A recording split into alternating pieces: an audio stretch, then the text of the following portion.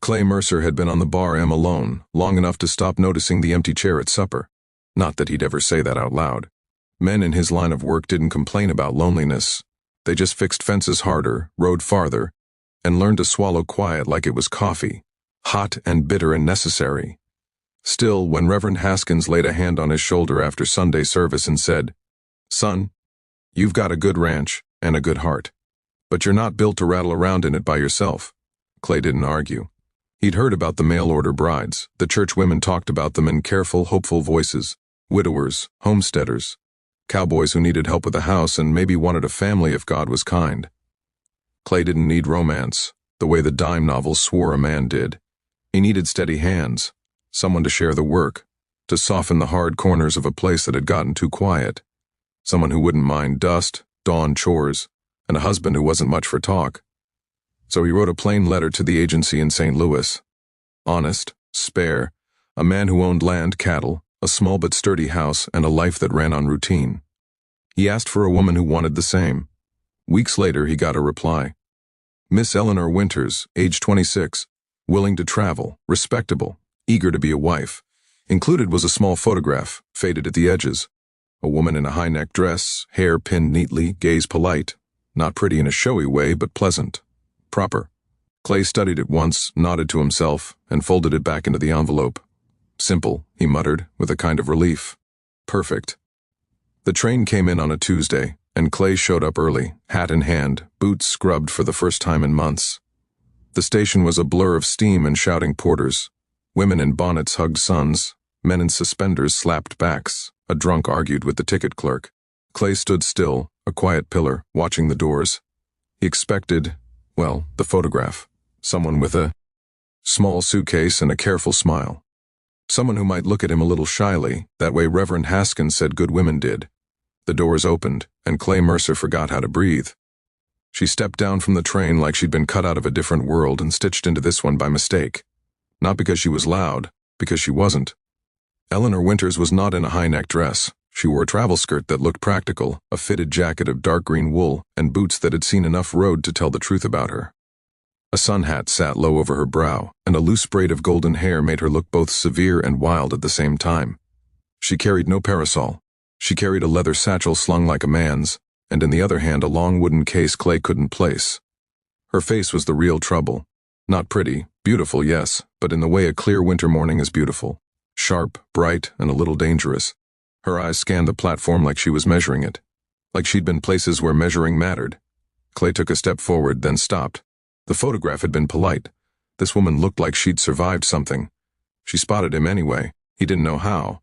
Maybe by the awkwardness of a man waiting to be someone's husband. She walked over. "Mr. Mercer?"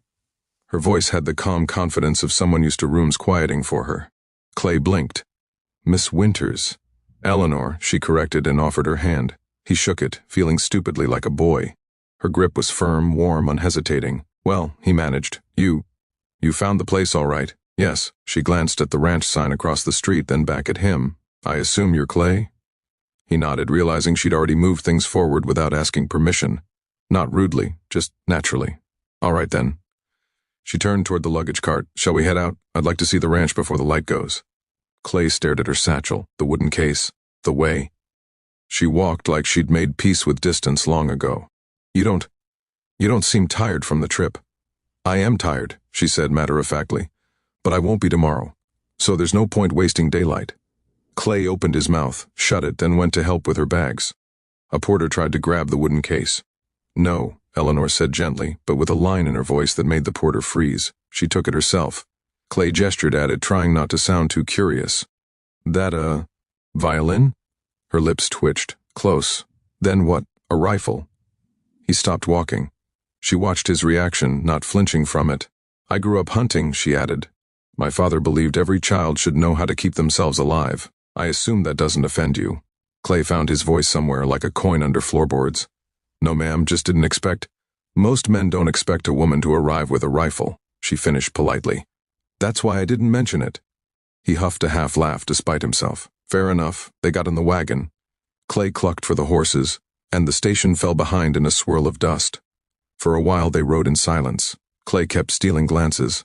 Her hands rested easy in her lap, gloved, but with faint calluses along the fingers, not from embroidery, from work, or rains, or the kind of life that doesn't ask what you prefer doing. Finally, he cleared his throat. Your letter said you'd grown up in St. Louis. It did, and the photo, pardon me, but you look different. She wasn't offended, she just considered it. The agency asked for a proper photograph. I gave them one when I was 22. She looked out at the prairie, voice steady. I am not 22 anymore, or proper depending on who's judging. Clay didn't know what to say to that, so he said the only true thing he had. I didn't mean it bad. I know, she replied softly. You're not a bad man. Something in him jolted at that, not because she said it, because she sounded like she knew. He watched the horizon so he didn't have to watch her. The Bar M Ranch was honest country, windy, wide, sun-beaten in the summer and ice-sharp in the winter, a place where everything earned its keep. Eleanor took it in quietly when they arrived. The corrals, the low barn, the house with its simple porch, and the slightly crooked steps Clay kept meaning to fix. She didn't gush. She didn't look disappointed. She just nodded. It's a good place, she said. The words hit Clay harder than they should have. He'd heard maybe 3 compliments in 5 years. He tied off the horses. I'll show you inside. Inside was plain, clean enough but plain. A man's house, a couple of chairs, a cook stove, a bed with a quilt his sister had sent years ago. Clay braced for the moment she'd look around and realize she had made a mistake. Instead, Eleanor set her satchel down, rolled her shoulders like someone coming out of armor, and asked, Where do you keep your flour? Clay blinked. Cabinet over there. She opened it, checked the tin. And sourdough starter? I don't. Then I'll make one. That's fine. She looked up over her shoulder. You eat biscuits? He realized she was already planning supper, already acting like this place might be home. Yes, ma'am. Good, then wash your hands. You can peel potatoes while I get the stove going. Clay stood there for a half-second longer. Then, without thinking, he did what she said. Over the next week, Clay got used to being surprised. Eleanor rose before dawn without complaint. She didn't wait for him to assign chores. She watched, asked smart questions, and slid into the work like she'd been doing it forever. She could cook, yes, but she also mended tack. She rode steady, not flashy, but with a seat that told Clay she didn't fear horses. She didn't flinch at blood, wind, or silence. And she didn't fill the house with chatter the way Clay secretly dreaded. Her quiet was companionable, not empty. Like a song you don't need to sing out loud to remember. On Friday, he found her behind the barn, rifle braced, eye narrowed toward a distant stump. Crack. The bullet hit dead center. Clay stared openly this time. You shoot like a ranch hand. She lowered the rifle, calm as ever. I shoot like someone who refuses to be helpless. He leaned on the fence rail. You been helpless before? Her expression didn't move much, but something in her gaze turned far away. Yes. Clay felt a strange heat in his chest, protective, curious, respectful. He didn't press. Instead, he said, Well, if coyotes come snooping, I'll rest easier. She gave him a small, real smile. That's the idea. The town ladies were less easily impressed. Eleanor wore pants when she worked, and some folks acted like she'd walked into church with a lit cigar. At the general store, Mrs. Pruitt tisked and said, Not quietly enough. Mail-order brides are meant to be grateful. Not bold. Clay heard it. His ears burned. He waited for Eleanor to shrink, to apologize, to do the proper thing. She didn't. She paused mid-aisle, turned slightly, and said in an even voice, Mrs. Pruitt, you seem worried I'm not grateful. Mrs. Pruitt stiffened. Well, I just mean, I am grateful. Eleanor's tone stayed polite, but her eyes were steady as a level, for a healthy body, for arriving safe, for a husband who's been decent to me. I'm also grateful I learned to be useful. I hope that's not alarming. Mrs. Pruitt blinked as if she'd been slapped by courtesy. Clay stood there feeling something bright and unfamiliar. Pride, maybe, or relief that someone could hold their ground without raising their voice. Later, as they loaded sugar and nails into the wagon, Clay said quietly, You didn't have to take that on. Yes, I did, she said, because if I let folks tell me what kind of wife to be, they'll tell you what kind of husband to have. And I won't watch that happen. The words landed soft and heavy. Clay looked at her, really looked. She was not a woman seeking to be saved. She was a woman choosing where to stand. And for some reason she'd chosen him. On the 10th night, rain chased them inside early. Thunder rolled low. The stove glowed, The house smelled like coffee and wet earth. Eleanor sat at the table, letters spread out in front of her, a small oil lamp making a halo of light around her hair.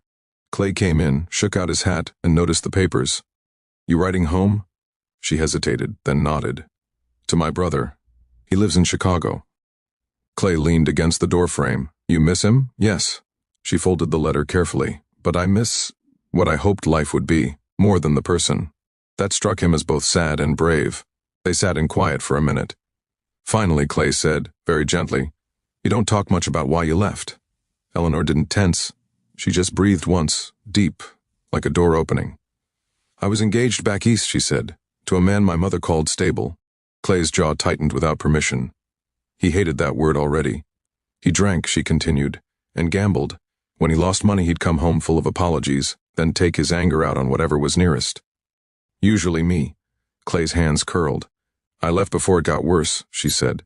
"But leaving doesn't make you safe by itself. It makes you alone." Clay didn't know what to do with the ache that rose inside him, so he said the only thing that didn't feel like pity. "I'm sorry someone taught you to keep a rifle close." She looked up, eyes shining in a way that wasn't tears exactly. "Thank you for not asking me to put it away."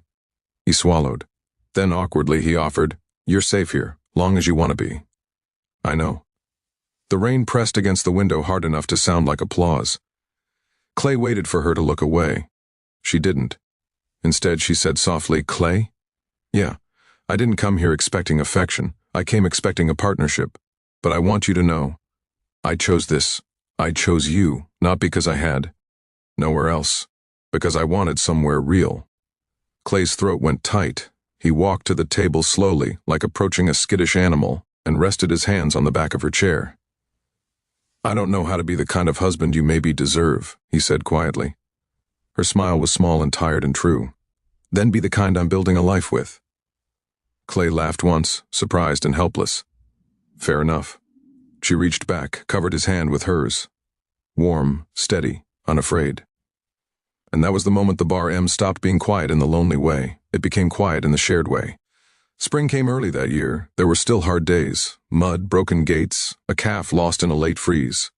Folks in town who didn't understand Eleanor's sharp edges. But Clay learned those edges weren't there to cut him. They were there because the world had tried to cut her first. And every day, she showed him something new. How to salt the driveway so the wagon didn't slip. How to read a storm by smell. How to hum while kneading bread like the batter was listening. How to sit beside a man's silence and not mistake it for absence. One evening, Clay came back from the north pasture and found her on the porch with that wooden case open. Inside was not just a rifle. It was a violin too, tucked beneath, wrapped in cloth like a secret. He lifted a brow. "You said it was a rifle." "It is," she said, amused. "This is also mine. You play?" She tucked the violin under her chin, a little, when the world feels too loud. Then she drew the bow. The first note slid out like sunlight on water. Clay stood still, hat hanging from his fingers, the whole prairie suddenly feeling like it had leaned closer to listen. Her music wasn't fancy.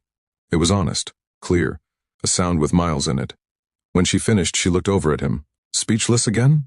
Clay shook his head slowly, smiling in a way that felt new on his face. "No," he said. "Just grateful." "For what?" He stepped onto the porch, sat beside her, and let the quiet settle between them, warm as a blanket. "For the woman who arrived," he said. "Not the one I expected." Eleanor nudged his shoulder lightly. "Good," she replied, "because the man I married isn't the one I expected either." Clay turned to her. "Yeah? Mm-hmm." She tilted her head, eyes soft. "He's better." Clay couldn't think of a clever line, so he did the truest thing he'd ever done. He kissed her. And when she kissed him back, the prairie didn't feel empty at all. It felt like a beginning.